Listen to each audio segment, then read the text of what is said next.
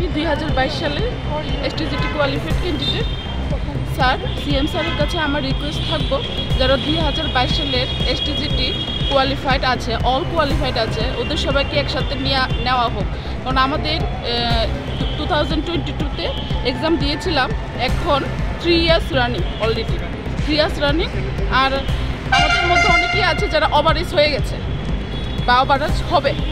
তো স্যারের কাছে রিকোয়েস্ট, স্যার আমাদের বিষয়টা একটু তাড়াতাড়ি দেখুন, দেখে আমাদের সমস্যার সমাধান করুন।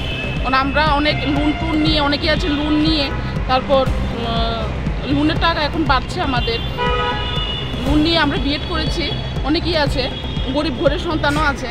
হ্যাঁ, তার জন্য স্যারের কাছে রিকোয়েস্ট, সিএম স্যারের কাছে রিকোয়েস্ট যে আমাদের বিষয়টা আপনি তাড়াতাড়ি দেখুন।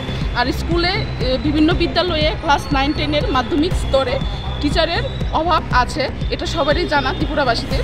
তার জন্য স্যারের কাছে, সিএম স্যারের কাছে রিকোয়েস্ট, আপনি সমস্যাটা সমাধান করুন আর আমাদের অতি সত্বর নিয়োগ করুন। নমস্কার। আপনাদের বিষয়টা তো কোর্টের রয়েছে, হাইকোর্ট থেকে তো রায় দিয়ে দিয়েছে, এখন সুপ্রিম কোর্টে আছে।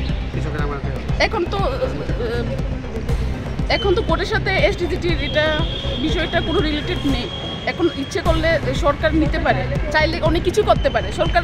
যেহেতু 2021-এর যারা আছে টেট কোয়ালিফাইড, হ্যাঁ, আর বাকিরা যারা ছিল একসাথে যদি 2022 ওদেরকে নিয়োগ করতে পারে, তাহলে আমাদের কেন পারবে না?